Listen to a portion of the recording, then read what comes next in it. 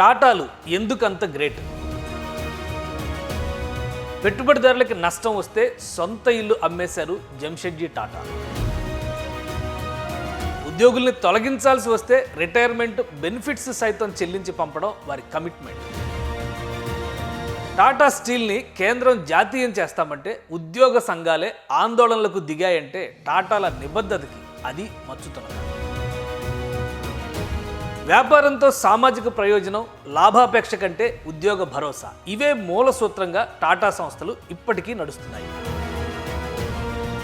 దాదాపు 2 శతాబ్దాల ప్రస్థానంలో వీటిని ఉల్లంఘిస్తే టాటా సంస్థలు ఎవరిని ఉపేక్షించలేదు. సైరస్ మిస్త్రీ ఉదంతమే ఒక ఉదాహరణ. అసలేం జరిగింది? ఎందుకు మిస్త్రీని టాటా వారసులు తొలగించారు? 2012లో రతన్ టాటా వారసుడిగా సైరస్ మిస్త్రీ బాధ్యతలు చేపట్టారు. అప్పటికే వివిధ టాటా సంస్థల్లో తన సామర్థ్యాన్ని నిరూపించుకున్న వ్యక్తి ఆయన. అందుకే ఏరి కోరి రతన్ టాటా ఆయనని టాటా గ్రూప్ చైర్మన్ చేశారు. టాటా సంస్థలకి నమ్మకమే పెట్టుబడి, కానీ ఆ నమ్మకాన్ని వమ్ము చేయడమే మిస్త్రీ చేసిన పెద్ద తప్పు. అదే ఆయనని దోషిగా నిలబెట్టింది. టాటా గ్రూప్ చైర్మన్ పదవి నుంచి తొలగించింది. చివరికి ఆయన ప్రాణాలే హరించింది. టాటాకి చెందిన టెలికాం కంపెనీల్లో జపాన్కి చెందిన ఎన్టీటీ డొకోమో సంస్థ పెట్టుబడులు పెట్టింది. దేశంలోనే తొలిసారిగా 3G సేవలు ప్రారంభించిన టాటా డొకోమో జాయింట్ వెంచర్ అనుకున్న ఫలితాలను ఇవ్వలేదు. దీంతో ముందుగా చేసుకున్న ఒప్పందం ప్రకారం పెట్టుబడుల ఉపసంహరణకి సిద్ధమైంది డొకోమో. టాటా గ్రూప్ చైర్మన్గా ఉన్న సైరస్ మిస్త్రీ ఇందుకు అంగీకరించలేదు. విలువలకు తిలోదకాలిచ్చి ఫక్తు వ్యాపారిలా వ్యవహరించిన మిస్త్రీ విధానాలపై అసంతృప్తి రాజుకుంది. టాటా అంటేనే నమ్మకం అనే బ్రాండ్ బద్దలవుతుందనే సంకేతం రావడంతో సైరస్ని తప్పించేందుకు టాటా సన్స్ కఠిన నిర్ణయం తీసుకున్నారు. అది విలువలకి వారిచ్చే ప్రాధాన్యం. మళ్ళీ రంగంలోకి రతన్ టాటా వచ్చారు. టాటాల మూల సిద్ధాంత పరిరక్షణే అసలు లక్ష్యం అని తేల్చి చెప్పారు. ఎవరు ఊహించని విధంగా టాటా కుటుంబానికి ఏమాత్రం సంబంధం లేని నటరాజన్ చంద్రశేఖరన్ని టాటా సన్స్ చైర్మన్గా ఎంపిక చేశారు. దశాబ్దాలుగా టాటా సంస్థల అభ్యున్నతికి, విలువలకి కట్టుబడి పనిచేసిన వ్యక్తి చంద్రశేఖరన్. టీసీఎస్ని ప్రపంచ స్థాయి సంస్థగా మలచడంలో ఆయనదే కీలక పాత్ర. అసలు నైతికత, విలువలు, సామాజిక బాధ్యత, దేశభక్తి అనే సిద్ధాంతాలు టాటా సంస్థలకి ఎక్కడి నుంచి సంక్రమించాయి? ఎలా వచ్చాయి?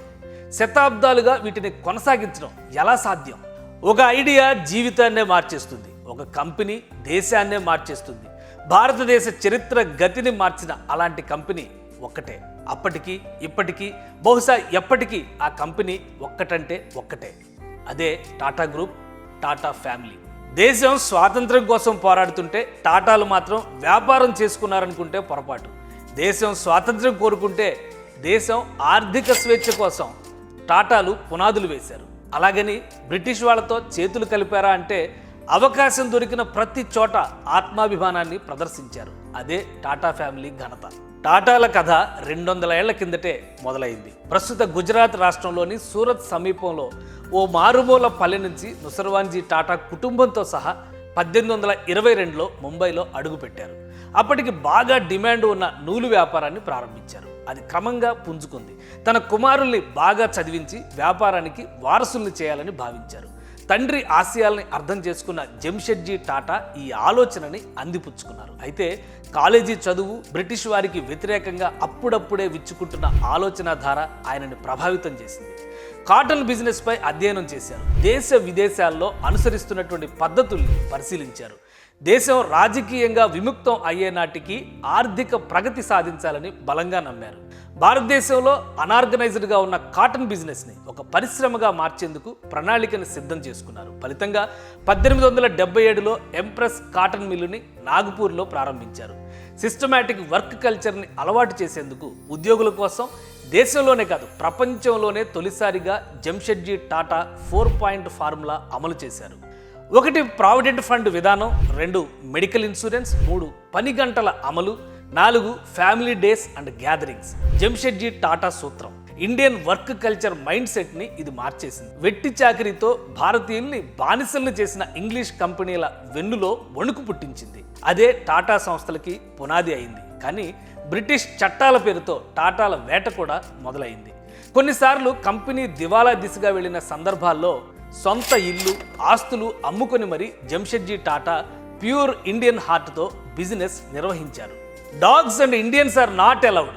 దేశంలోని 5 స్టార్ హోటళ్ల ముందర ఈ బోర్డు చూసి జంషెడ్జీ టాటా మనసు తీవ్ర క్షోభకు గురయ్యేది. దీనికి ప్రతీకారంగా ఆవిర్భవించిందే బాంబేలోని తాజ్ మహల్ హోటల్. దేశంలోనే మొదటి ఎలక్ట్రిసిటీ సౌకర్యంతో పాటు అందరికీ సమాన ఆతిథ్యం ఇచ్చే 5 స్టార్ హోటల్ ఇది. దేశవ్యాప్తంగా పర్యటించి స్థానికంగా దొరికే వనరులు, ఖనిజాల ఆధారంగా స్టీల్, విద్యుత్, సైన్స్, ఎడ్యుకేషన్, హాస్పిటాలిటీ రంగాలకి జంషెడ్జీ టాటా పునాదులు వేశారు. జంషెడ్జీ టాటా కలల్ని సాకారం చేసిన వ్యక్తి ఆయన కుమారుడు దొరాబ్జీ టాటా. తాజ్ హోటల్ని మాత్రమే ప్రారంభించిన జంషెడ్జీ మిగిలిన డ్రీమ్ ప్రాజెక్టుల్ని చూడకుండానే 1904లో కన్నుమూశారు. తండ్రి ఆశయాలను పూర్తి చేయడంలో దొరాబ్జీ చూపిన వ్యాపార దక్షత ప్రత్యర్థుల్ని సైతం ఆశ్చర్యపరిచింది. దేశంలో స్వాతంత్రోద్యమం బలంగా జరుగుతున్న సమయంలోనే ఆయన Tata steel, hydro electric power ప్రాజెక్టులు సాకారం చేశారు. బెంగళూరులో జంషెడ్జీ పునాది వేసిన ఇండియన్ ఇన్స్టిట్యూట్ ఆఫ్ సైన్సెస్ని 1909లో ప్రారంభించారు. ప్రపంచ స్థాయిలో ఇండియా ఘనతని చాటేందుకు స్పాన్సర్షిప్లు ఇచ్చి తొలిసారిగా ఒలింపిక్స్కి భారత క్రీడాకారుల్ని పంపింది దొరాబ్జీనే. 1903 నుంచి 1932 వరకు టాటా గ్రూప్ని విలువలతో నడిపించడంలో దొరాబ్జీది అనితర సాధ్యమైన పాత్ర. పిల్లలు లేని దొరాబ్జీ తర్వాత కొంతకాలం నౌరోజీ సక్లాత్వాలా టాటా గ్రూప్ బాధ్యతలు చేపట్టారు. 1938లో టాటా ఫ్యామిలీ నుంచి సమర్థుడైన జేఆర్డీ టాటాని వారసుడిగా ఎంపిక చేయడం కొత్త చరిత్రకి నాంది పలికింది. 17 సంస్థలుగా ఉన్న టాటా గ్రూప్ని 95 సంస్థలకి విస్తరించిన ఘనత జేఆర్డీ టాటాది. కొత్త రంగాలపై ఆయన దృష్టి పెట్టారు. Motor vehicles, science and technology, space and atomic research, aviation తదితర రంగాల్లో తన వ్యాపార సామ్రాజ్యాన్ని విస్తరించారు. దేశ ఆర్థిక స్వాతంత్ర్యం కోసం తపించిన టాటా ఫ్యామిలీ దేశానికి స్వాతంత్ర్యం వచ్చిన తర్వాత మాత్రం తీవ్ర ఒడిదుడుకులకు లోనైంది. దీనికి ప్రధానమైన కారణాలు 2. ప్రభుత్వాల సోషలిస్టు విధానాలు, ఇతర కంపెనీలలో ఒకటిగా టాటాని చూడడం. ఫలితంగా టాటా గ్రూప్ ప్రారంభించిన అనేక సంస్థలు కేంద్ర ప్రభుత్వ ఆధీనంలోకి వెళ్ళాయి. టాటా ఎయిర్లైన్స్ దీనికి ఒక పెద్ద ఉదాహరణ. ఇండియన్ ఇన్స్టిట్యూట్ ఆఫ్ సైన్సెస్ నుంచి అటమిక్, స్పేస్ రీసెర్చ్ సంస్థలు కూడా ఈ జాబితాలో ఉన్నాయి. మొనోపొలీ నియంత్రణ పేరిట ప్రభుత్వ విధానాలు తమని ఎంతగా కట్టడి చేసినా దేశం పట్ల ప్రేమని మాత్రం టాటా ఫ్యామిలీ తగ్గించుకోలేదు. దేశానికి తొలి సూపర్ కంప్యూటర్ని అందించింది టాటా గ్రూపే. 1962, 1965లో చైనా, పాకిస్తాన్ యుద్ధాల సమయంలో Tata institute of fundamental research వంటి సంస్థలు, అక్కడి నిపుణులు దేశ రక్షణ రంగానికి చేసిన సేవలు అద్భుతం. 50 ఏళ్ల పైగా టాటా గ్రూప్ని నడిపిన జేఆర్డీ టాటాకి పిల్లలు లేకపోవడంతో వారసుడిగా రతన్ టాటాని ఎంపిక చేశారు. 1991లో దేశంలో ఆర్థిక సంస్కరణలకు తెరలేస్తున్న సమయంలో రతన్ టాటా బాధ్యతలు స్వీకరించారు. లిబరలైజేషన్, ప్రైవేటైజేషన్, గ్లోబలైజేషన్ యుగంలో ప్రపంచ స్థాయి పోటీని తట్టుకుని టాటా గ్రూప్ని కొత్త పొంతలు తొక్కించడం రతన్ టాటా ప్రత్యేకత. నష్టాల్లో ఉన్న సంస్థల్ని లాభాల్లోకి తెచ్చేందుకు ఆయన అనుసరించిన పద్ధతులు బిజినెస్ క్లాస్ రూమ్స్లో లెసన్స్గా మారిపోయాయి. టెట్లీ, జాగ్వార్, ల్యాండ్ రోవర్ వంటి వరల్డ్ క్లాస్ కంపెనీల్ని కొనుగోలు చేసి విలీనం చేయడం ద్వారా టాటా సామ్రాజ్యాన్ని 120 దేశాలకు విస్తరించారు రతన్ టాటా. టాటా ఫ్యామిలీ మూల సూత్రాలు ఏమాత్రం దెబ్బతినకుండా 2 దశాబ్దాలు తనే మూల స్తంభంలా నిలబడడం రతన్ టాటా ఘనత.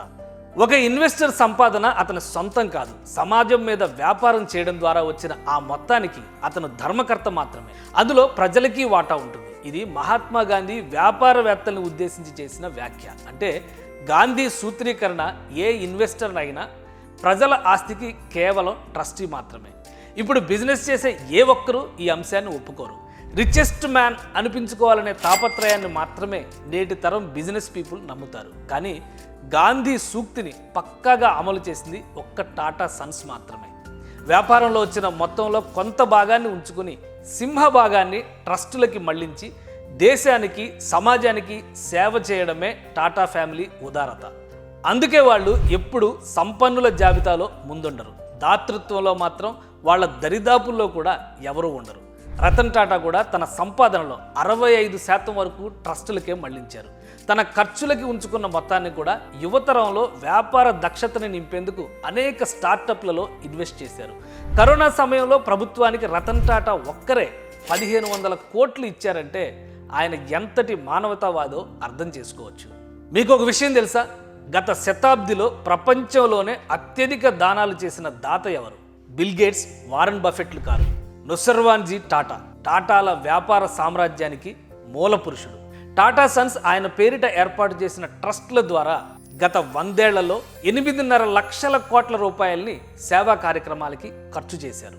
టాటా ఫ్యామిలీ లక్ష్యం దెబ్బతినకుండా రతన్ టాటా మరో ప్రత్యేక ఏర్పాటు చేశారు. సైరస్ మిస్త్రీ అనుభవం తర్వాత వ్యాపార దృక్పథం వల్ల సేవలకు నష్టం కలగకూడదనే ఉద్దేశంతో టాటా గ్రూప్ని టాటా సన్స్, టాటా ట్రస్ట్గా విభజించారు. అంటే భవిష్యత్ తరాల్లో స్వార్థం తలకెక్కిన టాటాల సేవా పరంపరకి ఏమాత్రం ఢోకా ఉండదు. సమాజం నుంచి వచ్చిన ప్రతి రూపాయికి ఇంతకంటే విలువ కట్టే శక్తి ఇంకెవరికి ఉంటుంది?